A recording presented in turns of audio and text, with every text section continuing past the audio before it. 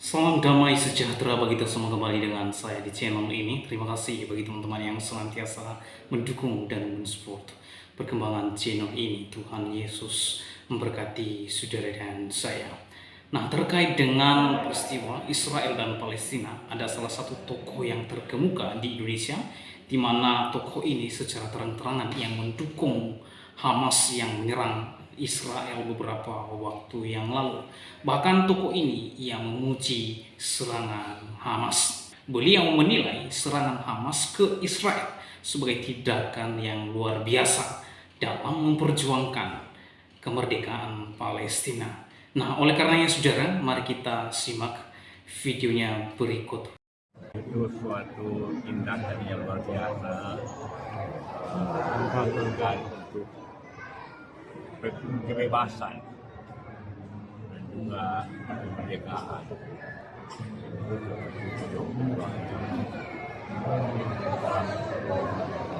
Merencanakan itu luar biasa kerahasianya yang diketahui oleh Israel.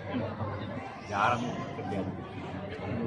Berani, cermat sekali dan caranya luar biasa. Nah, teman-teman, itu cuplikan video mantan Wakil Presiden Republik Indonesia yaitu Yusuf Kala yang memberikan pujian kepada Hamas. Beliau mengungkapkan bahwa serangan Hamas ke Israel sebagai tindakan yang sungguh luar biasa dalam memperjuangkan kemerdekaan Palestina, ungkapnya. Pertanyaan saya, benarkah Hamas sebagai pejuang kemerdekaan Palestina?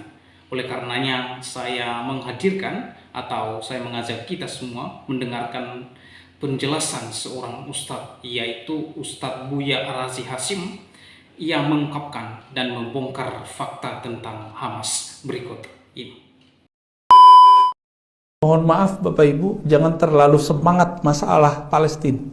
Jangan kebablasan. Ini ada cerita yang kita banyak nggak tahu.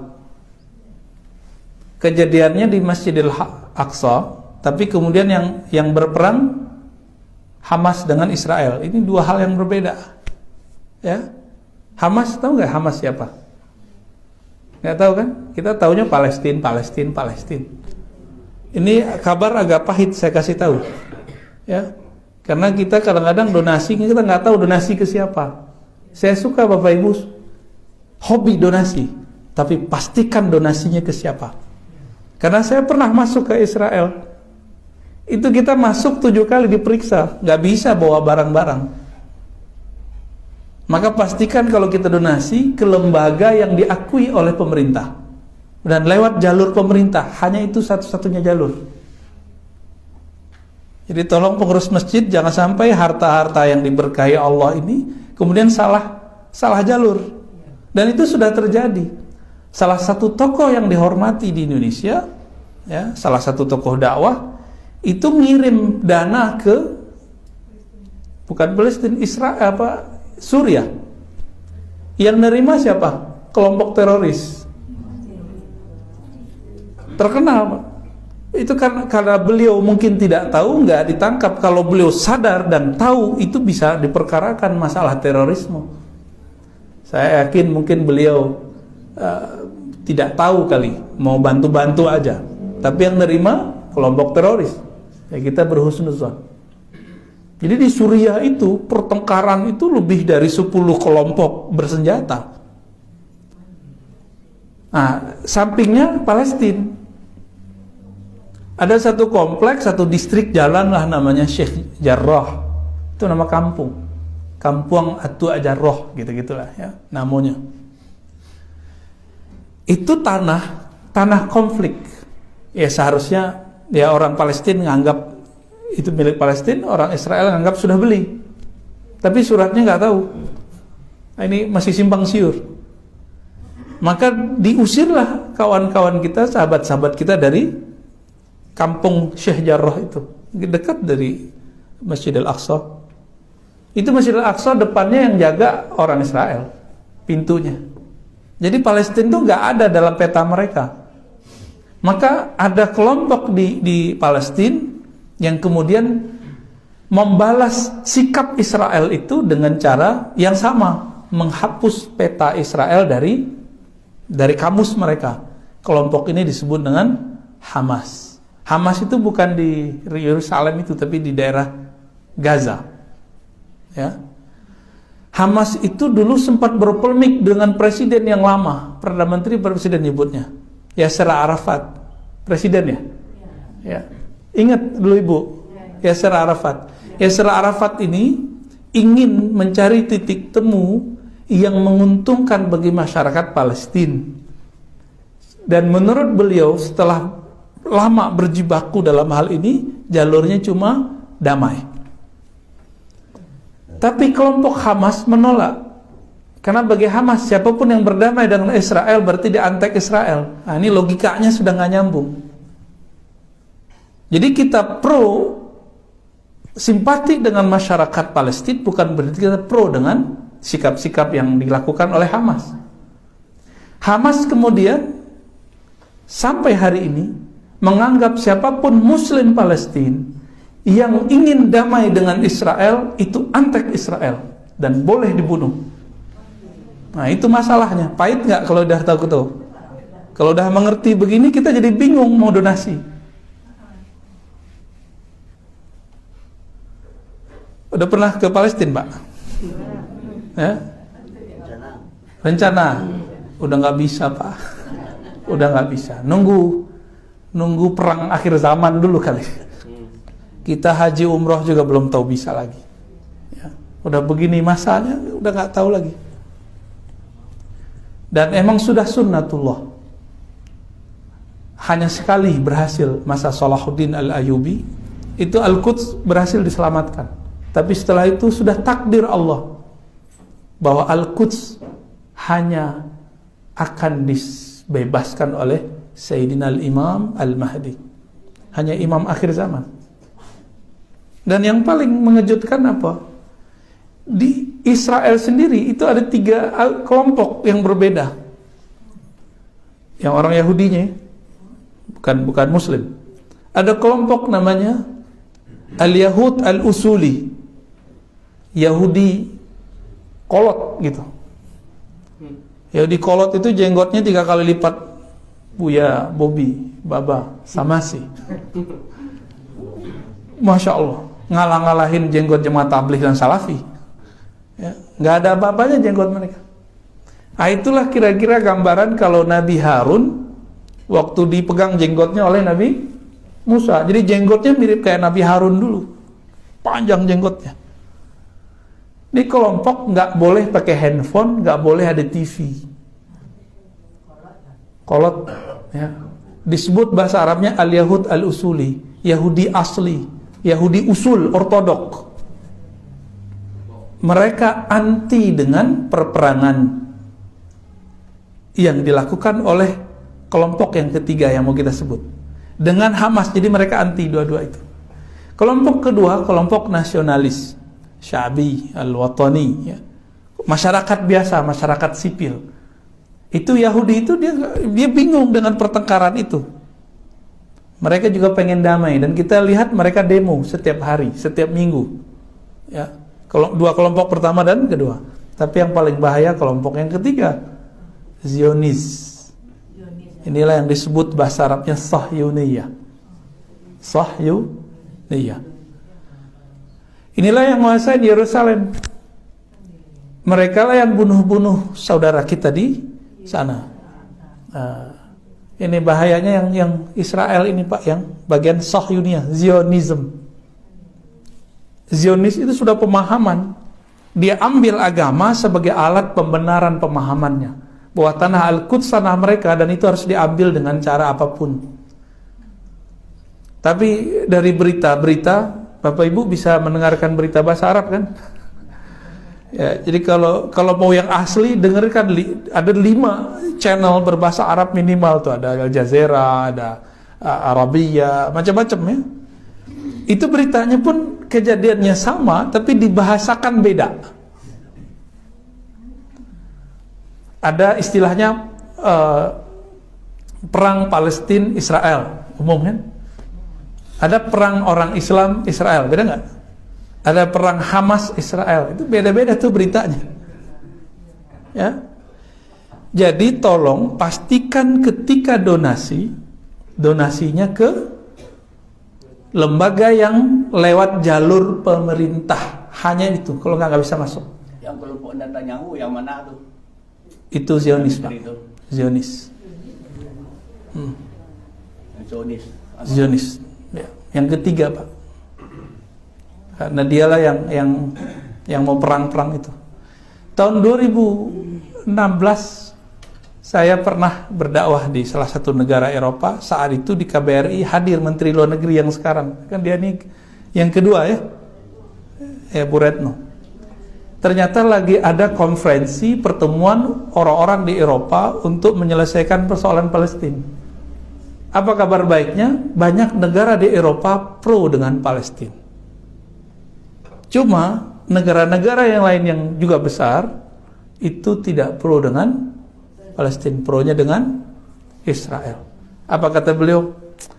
Ini orang Palestina sendiri itu juga dengan orang Israel, beberapa mereka sudah capek dengan perang. Tapi Zionis dan Hamas selalu ingin perang. Itu masalahnya. Kejadian Sheikh Jarrah, tapi yang itu jadi kesempatan oleh Hamas. Nah, Hamas itu kalau bahasa presiden yang lama Gus Dur, itu berkhianat kepada Yasser Arafat. Diajak untuk berunding, mereka nggak mau. Maka sampai hari ini, mohon maaf, ini kabar pahit yang saya mau ceritakan. Ya, mungkin teman-teman aktivis pada kaget juga. Mungkin nggak sepakat, nggak masalah. Tapi itu kabar valid yang saya dapatkan. Hamas itu alirannya ke Ikhwan Muslimin, tapi yang keras. Ya, yang berkelompok, yang bersenjata. Yang mana dulu Ikhwan Muslimin yang asli, yaitu Syekh Hasan Al-Banna, tidak memperkenankan itu. Mereka menganggap siapapun yang berbeda dengan pemahaman mereka itu, yaitu antek Israel. Jadi bagi dia Yasser Arafat antek Israel. Sepakat nggak Bapak Ibu? Jadi mereka kasih judul Yasser Arafat Al-Khain, pengkhianat. Begitu cara berpikirnya. Nah teman-teman, menurut Ustadz Buya Arazi Hashim, bahwa fakta tentang Hamas sampai hari ini adalah menganggap siapapun Palestina yang mau berdamai dengan Israel, bagi Hamas itu boleh dibunuh. Nah, hal ini yang kurang dipahami oleh orang Indonesia. Ya, lucunya ada kelompok-kelompok tertentu dan mereka melakukan aksi demonstrasi untuk minta pergi ke Palestina untuk membantu saudara-saudara mereka di sana. Nah, ini bukan suatu yang lucu, bukan? Tentu pasti lucu. Untuk itu saya mengajak kita untuk mendengar ya, penjelasan dari orang Israel, dan orang ini sedang tinggal di Israel. Dan ia secara tuntas ia mengungkapkan fakta terkait dengan siapa itu Hamas. Ini aja cuplikan videonya berikut ini. Koran-koran yang memberitakan Palestina, mudah-mudahan mereka dapat pahala syahid insyaallah. Hai koran-koran Medan, koran Sumatera Utara, kalian liput 6 tabligh akbar ini. Mati kalian. Kalian akan melihat buku catatan. Pernah jihad untuk Palestina? Pernah kalian jihad? Tidak. Pernah kalian ke Palestina? Tidak. Pernah kalian naik pesawat? Belum. Kenapa bisa dapat pahala? Karena kalian meliput acara siang ini. Buat besok di koran utama. Tunjukkan kepada dunia bahwa orang Medan peduli Palestina. Allahu Akbar. Kalian yang berada di bawah tenda, kalian tidak ikut jihad fisabilillah. Tapi gara-gara kalianlah teknisi sehingga suara ini bisa terdengar semuanya. Kalian pun dapat pahala juga jihad fisabilillah. Yang penting suara ini jangan kalian kecilkan. Kalau kalian kecilkan, masuk neraka kalian sama orang Israel.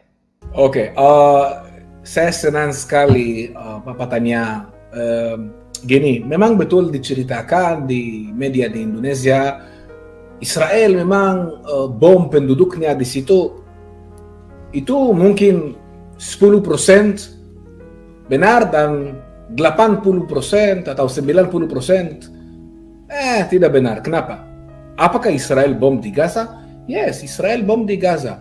Tapi saya bisa janji kepada Anda, tidak ada bangsa dan tentara yang baik hati kepada musuhnya seperti Israel. Dan sekarang saya akan menjelaskan lebih jelas. Hamas atau Gaza dikuasai oleh Hamas. Kalau orang Palestina tentu saja tidak bisa menjelaskan semua dan semua politik dan semua sejarah yang berumur ribuan tahun dan konflik yang sangat susah dalam beberapa menit. Tapi in general, kalau orang Palestina sekarang dibagi kedua. Ada orang Palestina yang di otoritas Palestina yang dikuasai oleh Mahmoud Abbas di daerah West Bank, dan ada daerah Gaza. Daerah Gaza dikuasai bukan oleh otoritas Palestina, oleh Hamas. Nah, mohon maaf, itu bukan cara pikiran saya, itu definisi, by the definition. Hamas itu orang teroris dan mereka tidak peduli penduduknya. Gaza sekarang bisa menjadi kota luar biasa dengan turisme, dengan ekonomi sendiri semua. Sampai tahun 2005 Israel menguasai di Gaza. Dan mereka minta Israel keluar supaya mereka akan hidup sendiri. Ada janjian damai.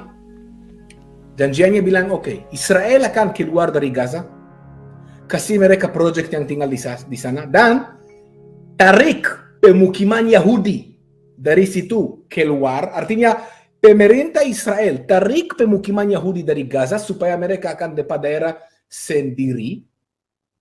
Mereka harus kasih apa? Damai. Tapi pada waktu Hamas menguasai, damai tidak ada.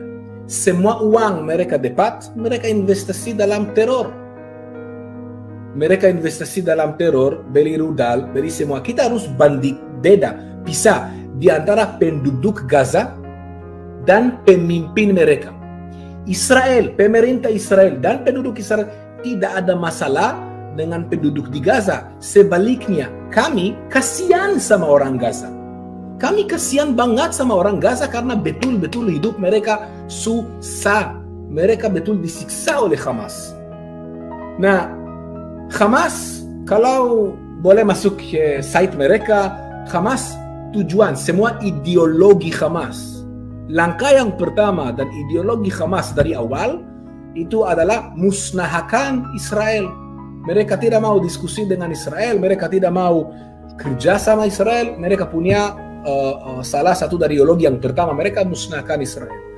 Jadi kalau mereka mau berantem sama Israel, dan selalu mereka mulai duluan, itu yang tidak diceritakan di Indonesia, karena sebelum Israel bom, Hamas sudah tembak ribuan.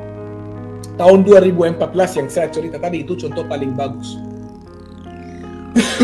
Israel mulai tembak hanya sesudah Hamas tembak ribuan rudal atas Israel. Masalahnya gini, Hamas itu organisasi teror, dia tidak peduli penduduknya. Jadi kalau dia tembak rudal dari mana? Dari rumah orang penduduk, dari masjid, dari rumah sakit, dari sekolah anak-anak. Kenapa?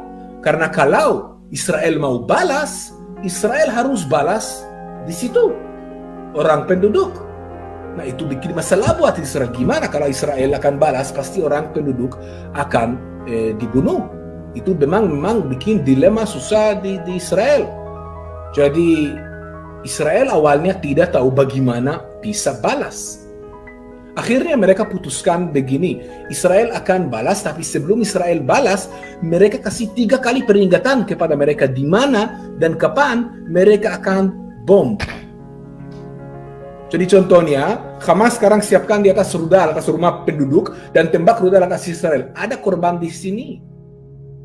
Ada orang Israel yang mati. Israel coba omong sama Hamas, berhenti, mereka tidak mau. Akhirnya Israel mau balas, jadi mereka balas, tapi sebelum mereka balas, mereka kasih peringatan, hati-hati, keluar dari rumah ini, karena sebentar lagi kita akan bom. Nah, saya belum pernah lihat dua negeri, atau dua negeri, bangsa, whatever, bagaimana, apapun yang kata terpilih, yang perang di antara mereka, dan satu sebelah kasih peringatan ke musuhnya, di mana dan kapan mereka akan menyerang. Karena Hamas juga tahu dan lari.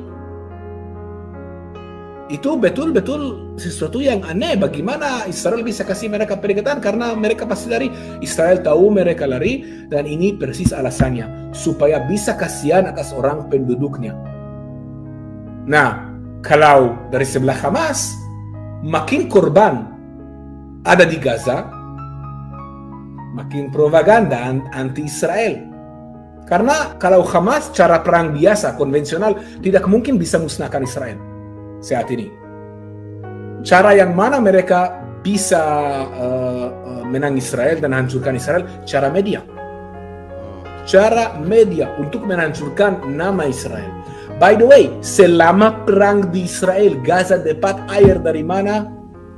Israel. Electricity dari mana? Israel. Semen untuk membangun terowongan, ya, yang mereka coba serang sama Israel, mereka dapat dari Israel. Uang, obat. Kalau ada orang yang sakit kanker di Gaza, Israel terima mereka, ada aturan pasti, tapi Israel terima mereka dan kasih dia bantuan. Itu sebagian yang tidak diceritakan di Indonesia. Apakah Israel sempurna? Tidak. Israel tidak sempurna. Tidak ada yang sempurna di dunia. Tapi kalau ada perang, tidak mungkin Israel akan langsung bom orang penduduk. Pasti mereka kasih peringatan dulu. Nah, teman-teman, itulah dia penjelasan dari Giva Hadaya, di mana Giva Hadaya ini adalah seorang Israel dan dia tinggal di Israel. Ya, ia sendiri dia banyak belajar berbagai bahasa, salah satunya bahasa Indonesia. Dan Giva ini adalah orang Israel asli.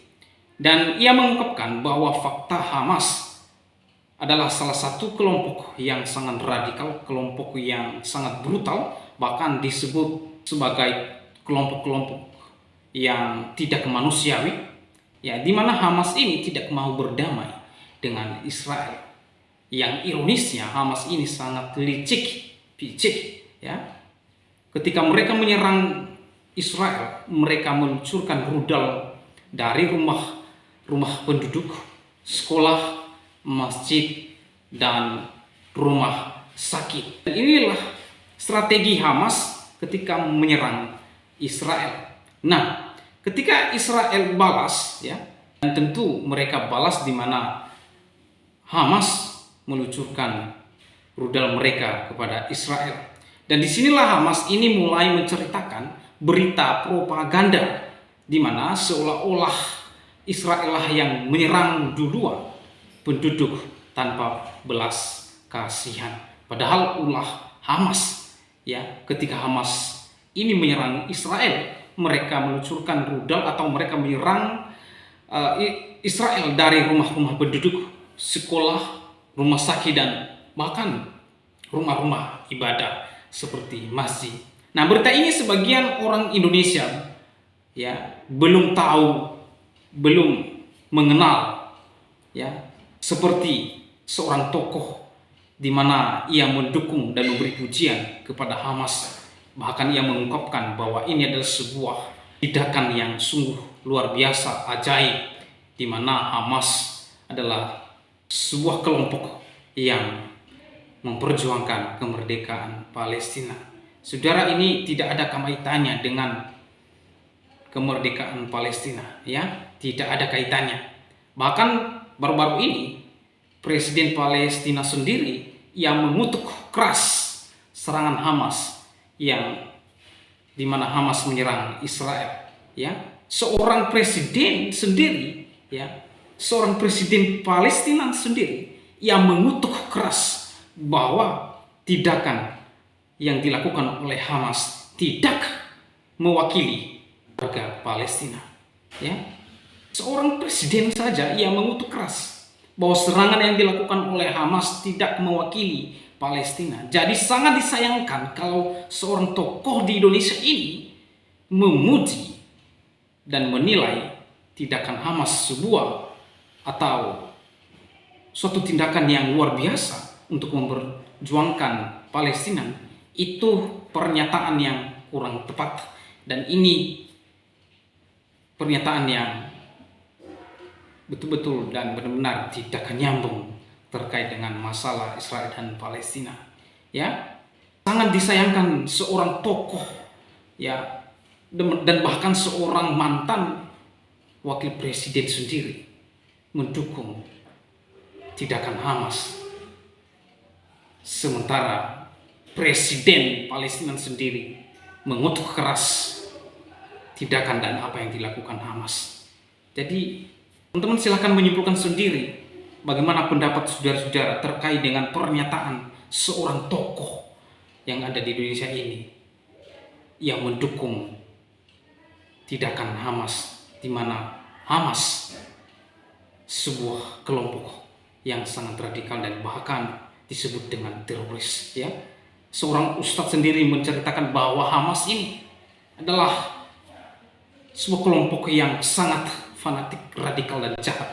Ya, dan bahkan orang Israel sendiri mengungkapkan secara gamblang bahwa Hamas adalah tidak lebih daripada teroris. Ya, jadi kalau seorang tokoh Indonesia mendukung Hamas, jangan-jangan orang tersebut tunasnya Hamas. Jadi sangat disayangkan kalau seorang tokoh di Indonesia ini memberikan pernyataan seperti ini. Wah, kalau netizen-netizen tidak memahami ini, pasti ikut di dalam pemahaman ini. Nah, oleh karena itu teman-teman, demikian video saya kali ini. Sampai bertemu di video saya selanjutnya. Tuhan Yesus memberkati kita. Tuhan Yesus memberkati kita semua. Shalom.